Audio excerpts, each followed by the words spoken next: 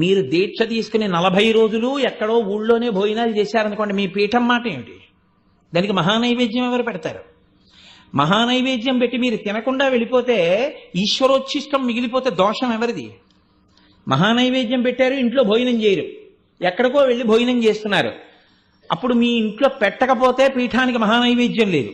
పెట్టి వదిలిపెట్టి ఎక్కడికో వెళ్ళి భోజనం చేస్తే మీరు పరాన్న భుక్కు, మీరు మహానైవేద్యోష్టిష్టాన్ని విడిచిపెట్టేశారు. ఎలా?